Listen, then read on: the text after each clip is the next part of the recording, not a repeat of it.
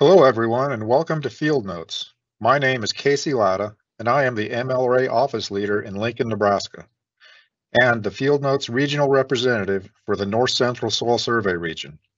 As a regional representative, I serve on the Field Notes Review Committee. The Review Committee solicits and selects topics for each webinar. We have selected two exciting topics for today's live event, but first, let's go over a few housekeeping items. This is a Microsoft Live event, not a Teams meeting, which means you are joining today's webinar in listen-only mode. We encourage you to ask questions at any time using the Q&A panel. The Q&A panel should open by default. However, if for some reason your Q&A panel is not open, simply click on the question mark icon located in the upper right side of your screen. For closed captions, turn on the live caption button located in the lower right corner. Today's session is being recorded. Recorded sessions are available in Teams on the Field Notes channel and the Soil and Plant Science Division's YouTube channel. Again, thank you for joining us. I hope you enjoy today's session. With that, I'd like to turn it over to the Field Notes moderator, Dave Hoover, to tell you a little more about today's webinar. Take it away, Dave. Thank you, Casey. Hi, folks. It's Dave Hoover, Director of the National Soil Survey Center, and welcome to Field Notes webinar number 26, a great number. Wanted to just make a couple of comments before we move into the presentations. One thing that I love learning about is soils. I have enjoyed that ever since I was in college, learning about it in classes. Y'all know that I was probably around before the internet was around, so it didn't have the tremendous resources that we do today. But I like going online and reading about what's going on in the world. I think I have a pretty good handle on what's going on in the United States, but I like looking at other countries' websites about soils. They're all over out there. As you can imagine, anytime you've done an internet search, you get hundreds of returns. And this is a great place for just something different to look at if you got some time on a weekend or waiting in a train station or something. A lot of them are in English, and you can find out what's going on in other countries. Some aren't in English, either in language or in spelling, but I still watch them. I try to resurrect some of my Spanish capabilities to listen to some of the Latin broadcasts. I don't know any Indonesian, but I still listen to a few of those. They show the slides. I listen to them. I understand what they're getting at, even if I don't understand the words. And every now and then there are words that pop out that I go, I know that word. They're talking about gellisols or something. And I can see what's going on around the world, how they teach, how they learn, how they do field investigations, how they do laboratory investigations.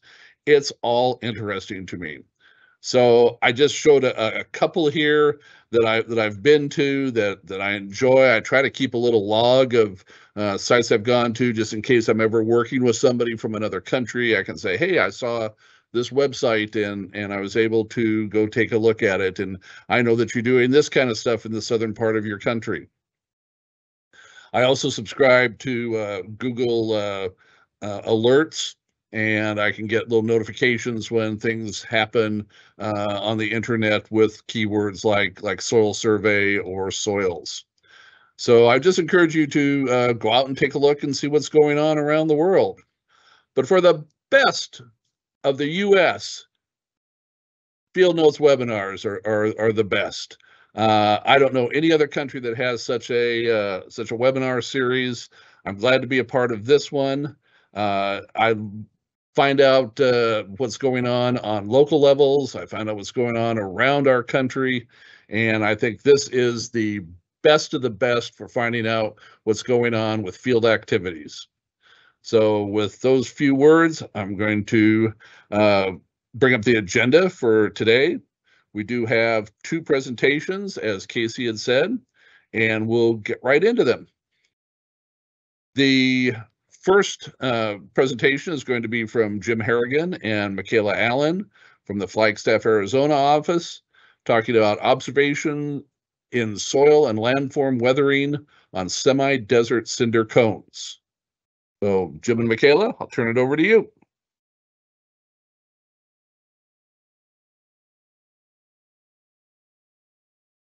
This is our presentation. Observations in soil and landform weathering on semi-desert cinder cones in the San Francisco volcanic field. Okay. In this presentation, we'll introduce the project area, describe cone formation. In the process of soil mapping, I want to create a way to place each of many cinder cones into groups according to weathering of soils and landforms. This would help expedite mapping over 600 cinder cones in the volcanic field. Our goal is to look for various indications of age in cones already dated, then apply these indications to undated cones. We will introduce our 4 groups, conclude with a summary, and address questions.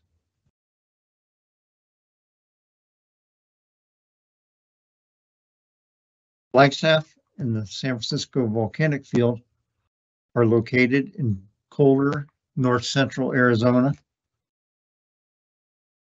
Flagstaff sits about 120 miles north of the city of Phoenix and about 600 feet above Phoenix in elevation. Okay.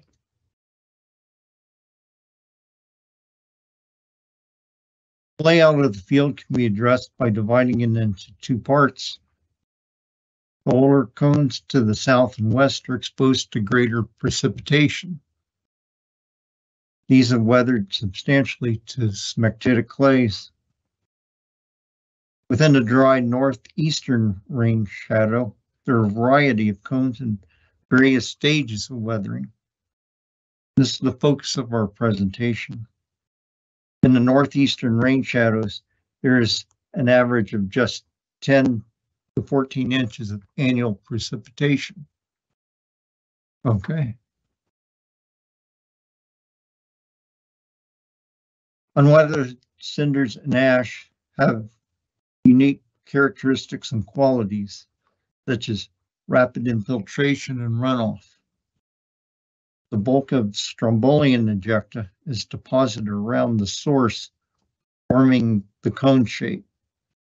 Occasionally, stronger volcanian burst sends tephra over a large area, creating broad slopes beyond the cone.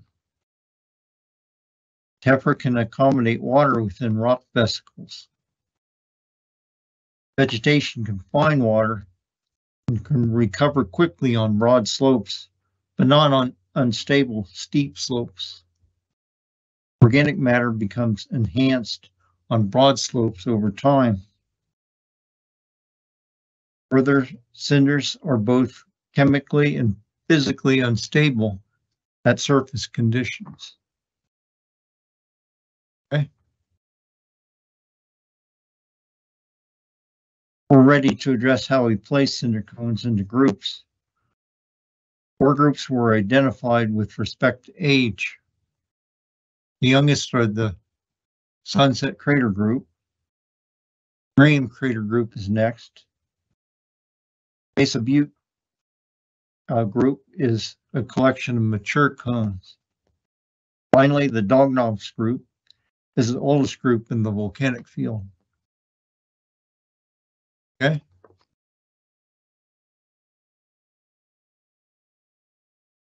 Naturally, our youngest group of cinder cones is the least weathered. Sunset Crater is the only current member of this group in this field that has been dated.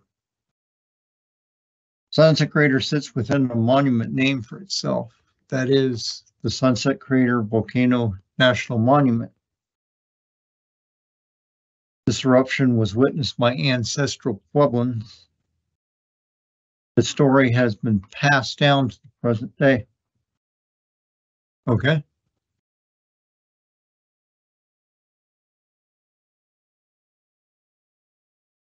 Here's a profile of deposits from Sunset Crater eruption on nearby Lennox Crater. The recent deposits on the surface are gray from weathering down to a cambic horizon. Small fragments accumulate on the cambic from being pushed down the profile by water. Root matting occurs when water infiltration is stopped here. Beneath the cambic horizon is a zone of unconsolidated, unweathered black fragments. There are no fragment coats. Further down, there's a discontinuity, likely the red hematite-coated fragments or from a prior eruption from another cone.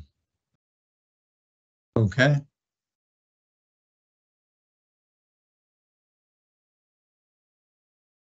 In the search for a recent cone to study, we happened into another cone that we thought merited attention.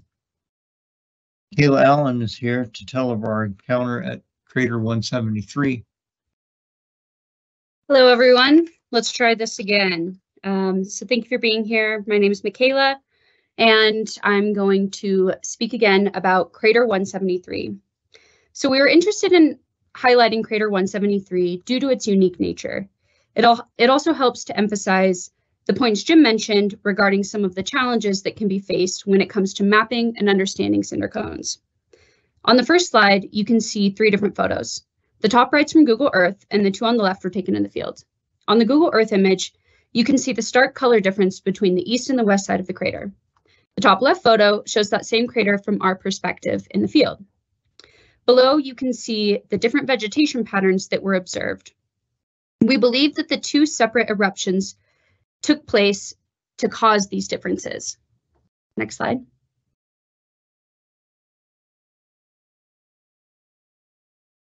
Here we have an aerial perspective that helps to illustrate what we hypothesize are 2 different eruption events.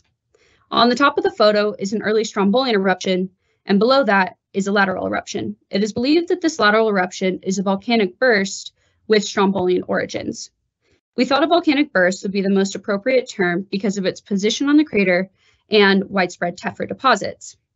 The 2 points on the map were soil investigations that took place on April 18th and June 7th to better understand the soil characteristics of both of these eruptions. Due to the nature of cinder cones within the region, they're often categorized as Strombolian eruptions. Although that's the case, it is important to note that cinder cones may hold characteristics of multiple types. The next slide will define some of the vernacular that has been mentioned thus far, and we will continue to talk about throughout this presentation. We often use the term tephra when referring to cinder cones. Tephra is fragmental material produced by a volcanic eruption regardless of composition, fragment size, or emplacement mechanism. When these fragments are airborne, they're referred to as pyroclasts. Essentially, tephra is a general term for any fragments that result from a volcanic eruption. When we have tephra greater than 2 millimeters, it's referred to as cinders, and tephra smaller than 2 millimeters is referred to as ash. Another important variable to understand cinder cones is their eruption type. We will reference Strombolian, as we have previously, and phreatomagmatic in this presentation. But I also felt it's important to mention Hawaiian eruptions, not only because they're familiar to most of us, but because we also see them within the San Francisco volcanic field. And you can see those definitions below. Next slide.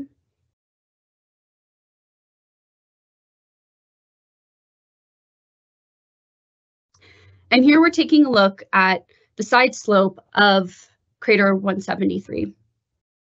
Some of the characteristics are unstable slopes, cinder accumulation at the base, sharp delineation, low shrubs on foot slopes, and needle and thread grass beyond the toe. The photo on the right was taken from that side slope of the earlier Strombolian eruption. The photos on the left show the colluvial gravels and vegetation that have established. When we hone in on the surface fragments, we can see that they are weathered and have hematite coatings. This indicates to us that the area is older and has had sufficient time to go through these processes.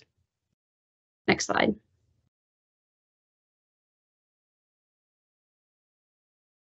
Here are some photos from the pit we dug in the lateral eruption on April 18th. From left to right, we're zooming in. On the left, you can see our pit tape laid out and the main difference being stratified ash and cinders. The middle photo takes a closer look at where there's banding of those cinders and ash. On the right is a microscopic view of a cinder from a 1 meter depth. As you can see, this cinder is unweathered and uncoated, and that glassy surface is very apparent. And in this profile, the percentages of large cinders to ash increase with depth, which is a bit unusual. Cinders of this size are not expected to blow far from their origin. Thus began our contemplation of their age and origin. Next slide. Zooming back out, we have soil samples from the east and west side of crater 173 collected on April 18th and June 7th. As you can see, the vegetative communities and soil profiles are very different. Apache plume dominates the lateral side, with needle and thread grass dominating the strombolian side. The only profile distinctions in the lateral eruption are the unweathered cinders and ash deposits, while the strombolian eruption had roots throughout and evidence of petagenesis such as fine soil structure, clay alluviation, and strongly alkaline pH with carbonate-coated rocks in the BK1 and BK2. With crater 173 being undated, we had to figure out a way to estimate age. We attempted to do this by comparing soil samples from there to other cinder cones within the region. Next slide.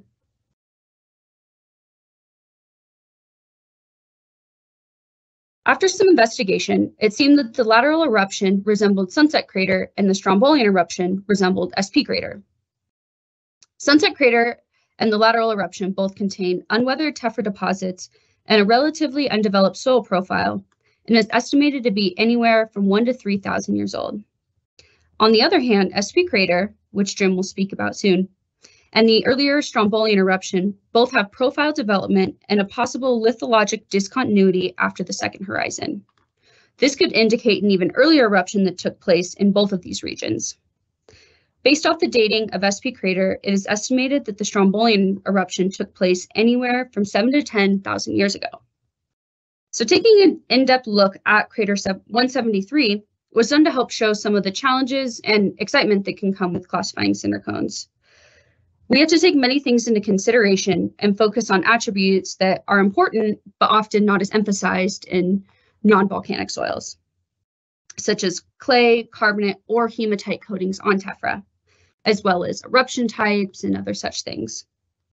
Had crater 173 been dated, it would allow us to recognize geologic and pedologic processes taking place with more ease and confidence. Regardless, we can make such inferences based on field characteristics of other cinder cones and craters within the region that have been dated.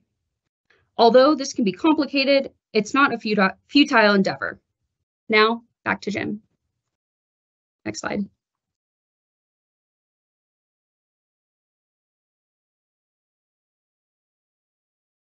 The next and second youngest group is the Miriam Crater group. These are 2,000 to 60,000 years old. There could be a dozen or more cinder cones in this group. Okay.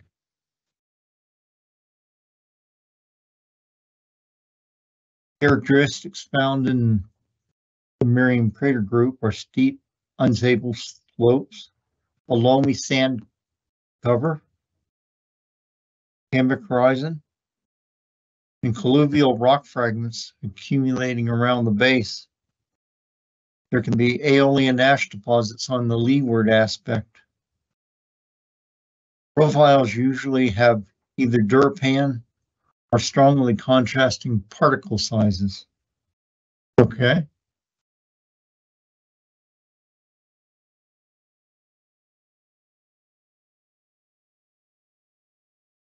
At SP Crater, slope stability appears to determine the rate of weathering of surface cover.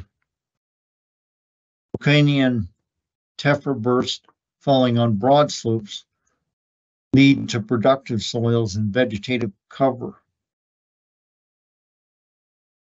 Higher organic matter content and mollucopepetons coincide with this type of eruption, this type of deposition. On unstable cone slopes, there is little organic matter and vegetative cover is sparse. Okay.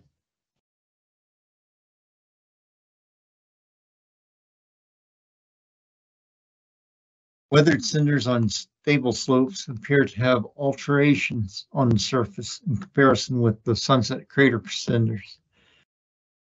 Yet water can still be accommodated within the vesicles of the rock fragments. Coats on Espy crater cinders appear to be clay minerals and hematite. Okay.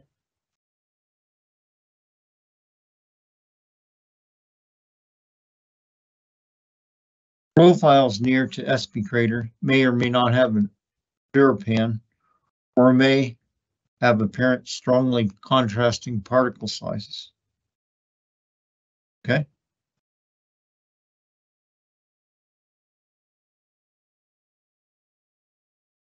Next in age is the Mesa Butte group. Cinder cones in this group are 60,000 to 2 million years. There are hundreds of cinder cones in this group. Characteristics found at Mesa Butte are moderately sloping, somewhat stable slopes. Surface covers are loamy, slope alluvial cover. Durpans are strongly contrasting particle sizes are noted. Durpans are often worn back and may reform at low levels in the profile. Argillic horizons are not unusual. Rocky colluvial soils have formed at the base of the cinder cone. Cinders can still be found on the summit. Okay.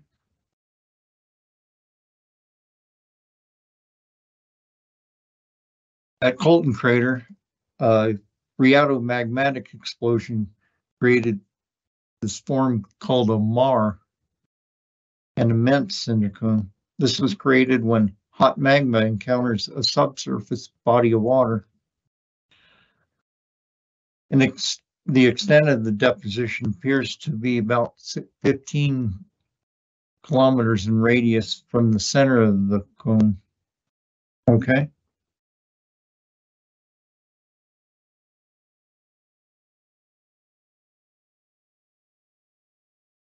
A thick, moderately cemented durapan is formed in the Wapatki named soil series associated with Colton crater deposits. The durapan can weather back, leaving large channels and small canyons trending up the cone. Carbonate coats on cinders appeared later than hematite coats. Okay.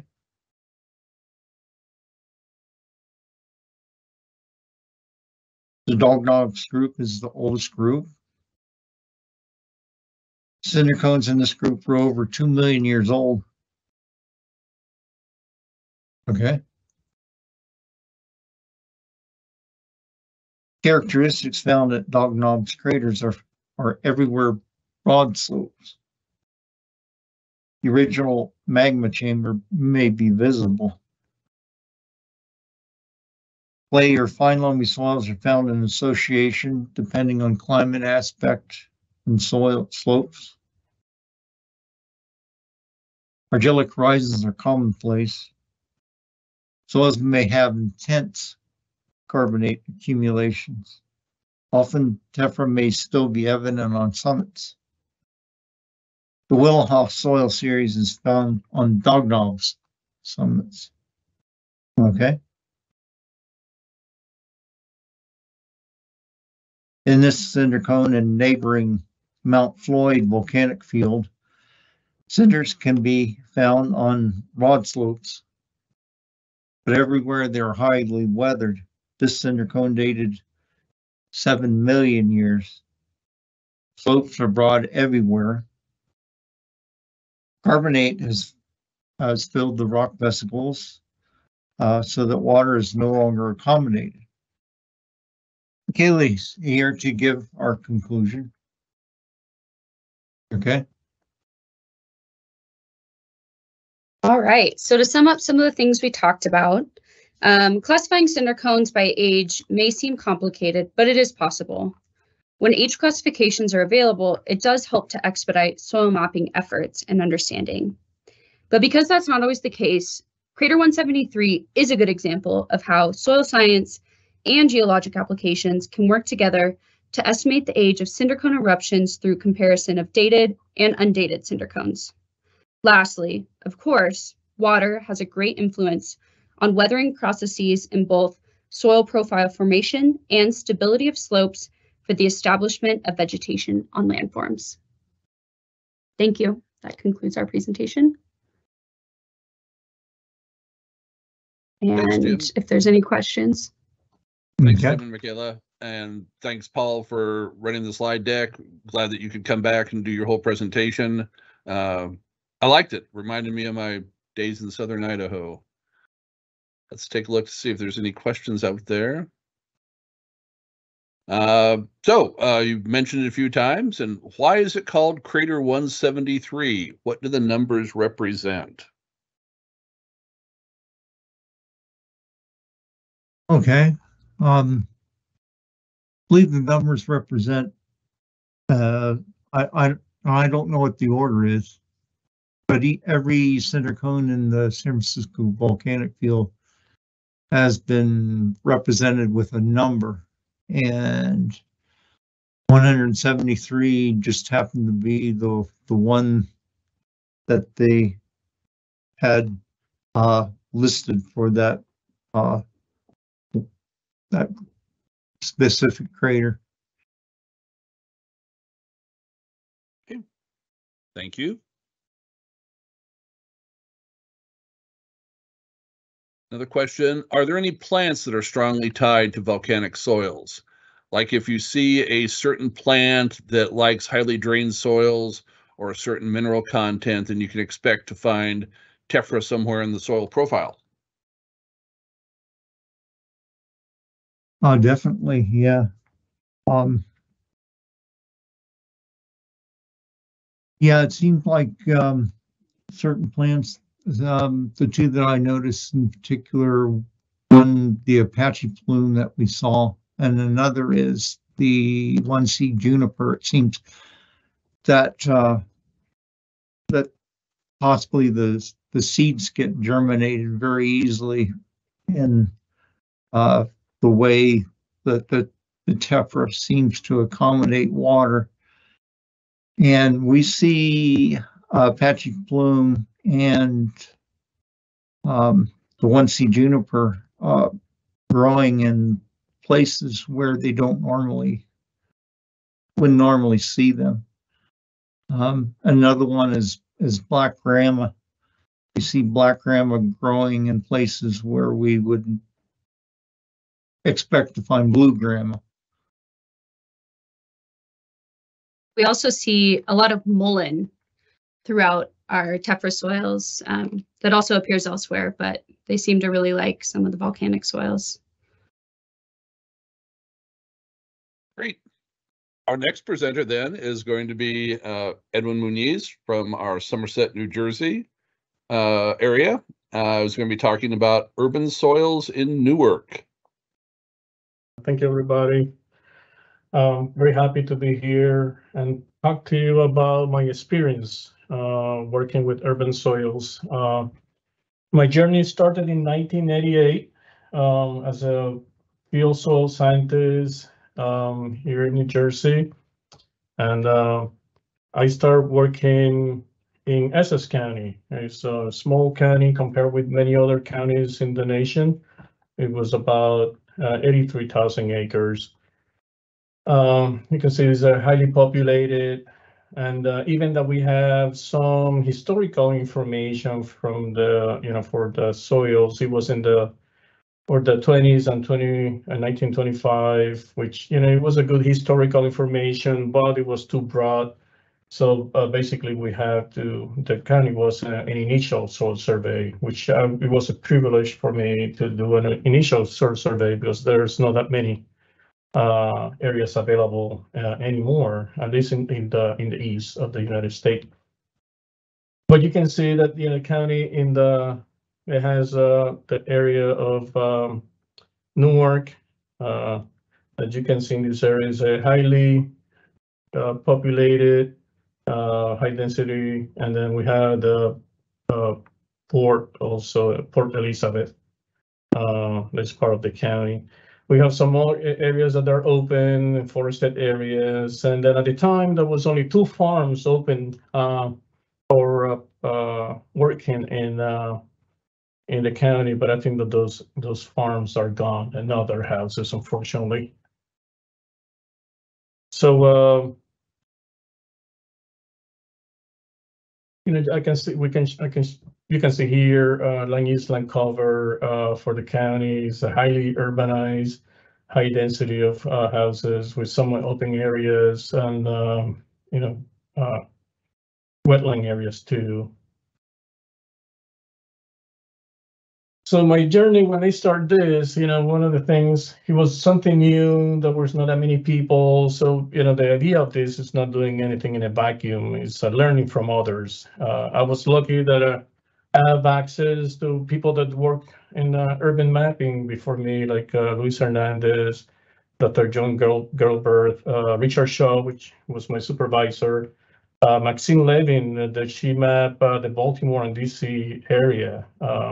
It was a big thing also, and then still learning because it's something that you never stop learning, and you learn new techniques with the new people like Randy Riddle. Has a lot of knowledge in urban soils and many others that they're working also. So the first thing that we did was establishing those map units. So the concept that we use, we delineated, we make those delineations, and then generated the random points to see how many points, and we, you know, doing some field check also, how many points were urban, how many points were natural soil, and how many other points are like minor components. So we did that through the county to establish those soils, urban land complexes, and also the same for urban land soil complex. Those are the techniques that we use at the time that works out for us. And then also for the urban land consociation. But, you know, we didn't stop there because we know that, you know, that there is some areas that are being disturbed. And those are, at the time, we use Udortens, and we use those like in the golf courses, cemeteries, and other areas that there were highly disturbed. Although, you know, with the cemeteries, this depends on the age also. There is some of them that they're very old, there was not that much disturbance on them. And then probably the concept will be slightly different. Then we look at what kind of anthropogenic material we have in that county. And this photo is for Newark. Newark is, you know, there's a big influence of the red sandstone material. So you can see there, red sandstone material that are being mixed with other things, probably construction debris, bricks, you know, metals and glass, I mean, you name it. And then we started keep looking, and so then we found some what is called Big Apple soils. Those are the sandy dredge material that is being used in some areas around the county. We were also lucky that we talked to the other agencies like a port authority, and they have historical maps with a lot of information, even there was geological information, but they gave us a really good idea of where the fill material was deposited, what kind of fill material was, if it was spoils, if there was construction debris. So at least give us a good idea of where those areas were located, and then we can start doing more investigation. So we were lucky that as any old, if we can call it old cities, like the ones in the Northeast, there was a lot done and a lot of data collected for other things that we could use in our soil survey. Then we found those combustic soils, like the Mosholu soils, the Rikers, that we found in different areas in the county. And this is another photo, the landscape photo for the Rikers. The biggest concentrations were in those areas that are, high train operations, or in house developments, in the old house developments that we also found those Riker soils. Then we found those hassock soils, those are the fly ash soils that are formed. That the fly ash is more in this fine sand and very fine sands with with a little bit of mix of other things, but there is not that much of a very big fragments on it. These are more typical for the burning of coal, but at the industrial scale, which are more efficient, and they can burn the coal more efficiently, and then the byproduct will be this fly ash. This area, fortunately, it was interesting, but it was very small for a mapping scale, so we were not able to delineate, but we use spot symbols to identify the area. Then we found these other soils that there was some field material on top of coal ash, so there was loamy material over coal ash. This area is very interesting. It's a park in Newark, and the history in the park is it was amazing. And it was used for different things, as a track for horses, camps, and now it's a recreation area.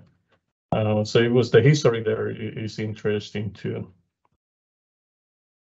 So then we have, with that thick mantle of human transported over coal ash, then that was established Lady Liberty. This soil was established in Hudson County. It's the county's next to Essex County. It's highly urbanized too. And the photo was taken in the Liberty State Park. One interesting fact is Liberty's Statue of Liberty Island is in New Jersey. If you look on the topo maps, it's on the New Jersey side. So yeah, I thought it was interesting when I knew that when I found out that the first time. So I wanted to share it also with you. Then we have other soils, other urban soils, that they are more the artifactic. Those are the soils like LaGuardia and Secaucus soils. Some of these photos are from Richard Shaw when he was working in New York City, and before finding them in New York City, we found them in New Jersey also. So he was gracious to share these photos with me. Then we have those soils that we have atmospheric deposition, and those are the ones that we have some of that. Some it could be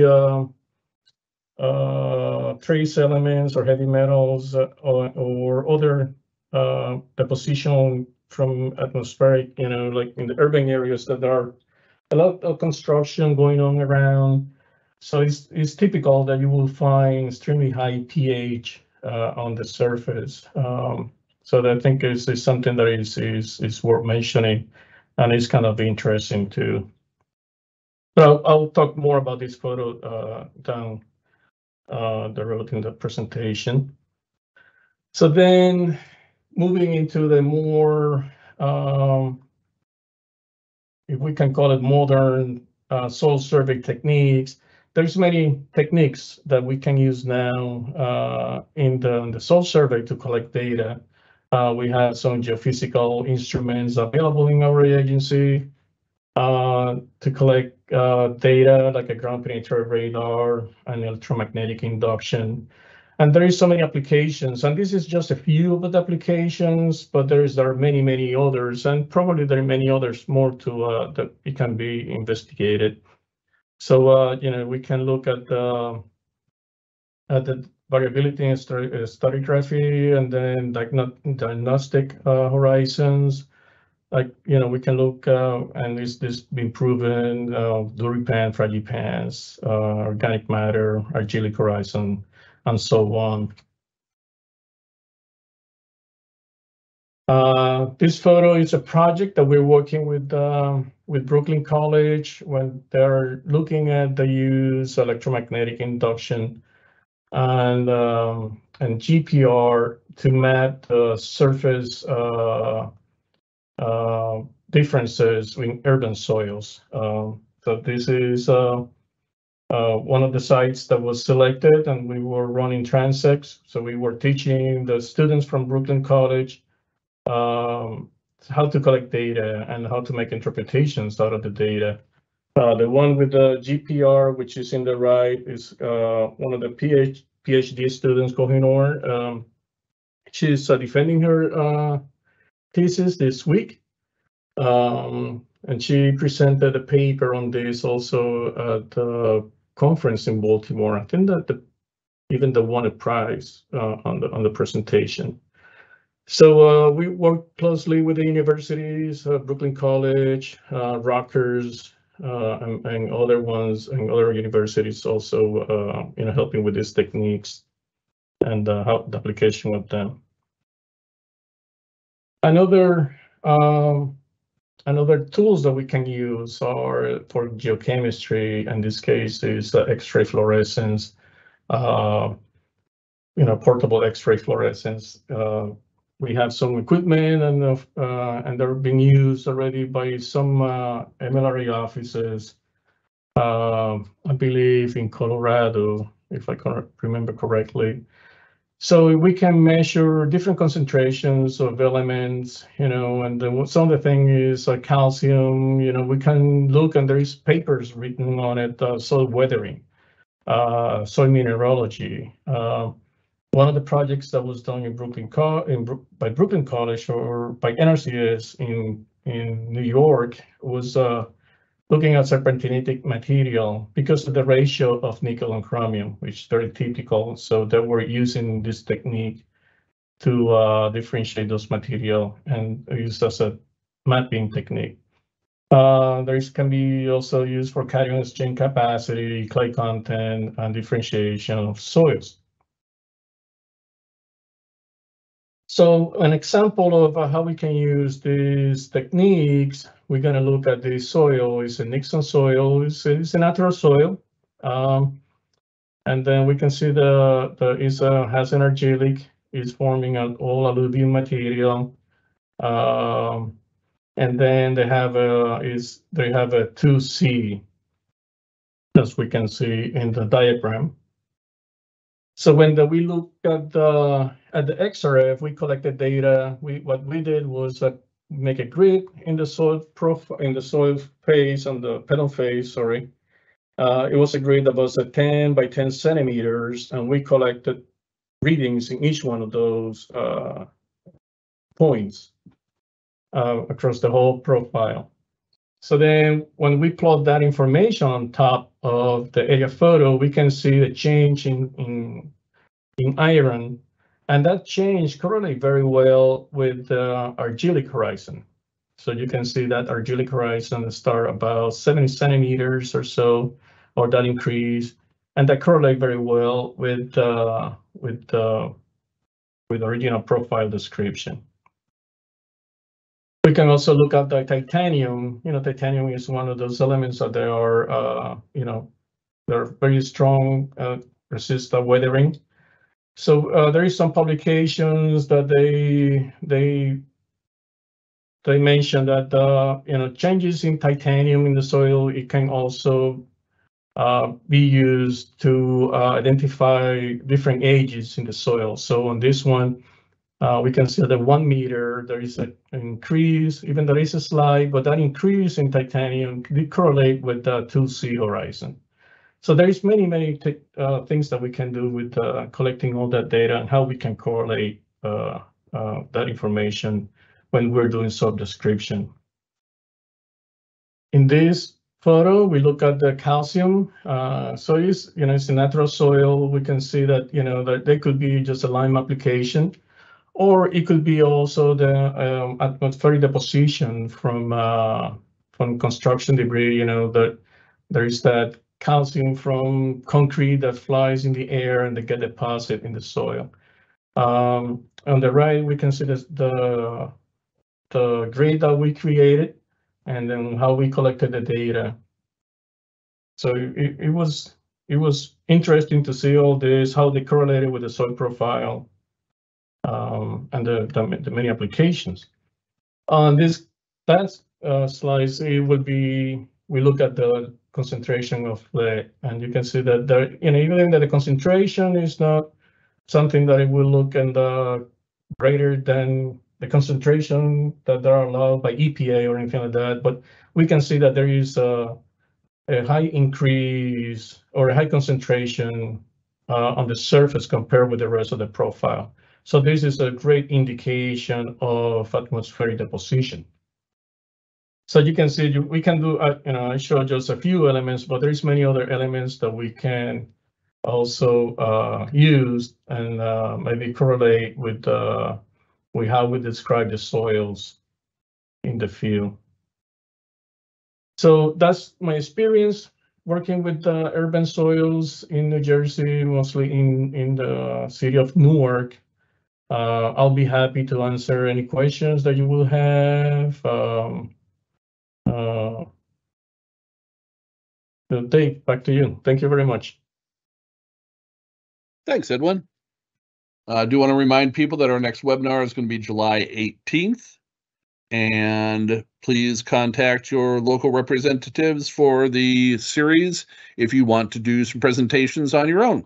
Look forward to learning more. So thanks everybody for attending, and a big thanks to our presenters today.